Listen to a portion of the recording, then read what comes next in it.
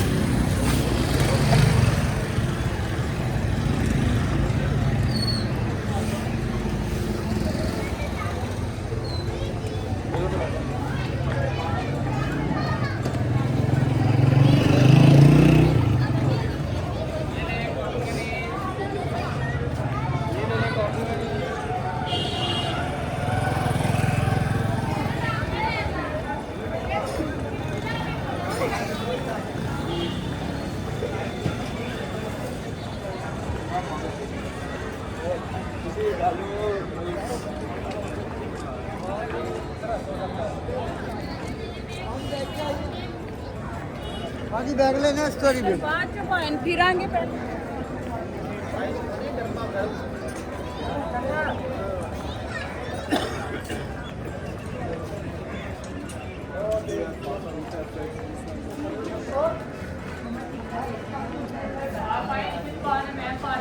साड़ियाँ लेंगे ready to where, नीचे देख रहे बाकी साड़ी साड़ी लहंगा साड़ी ब्राइडल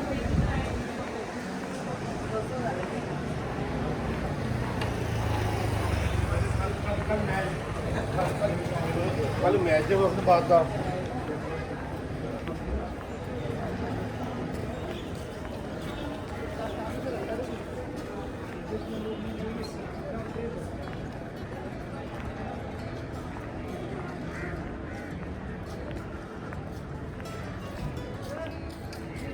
हो हमारी है।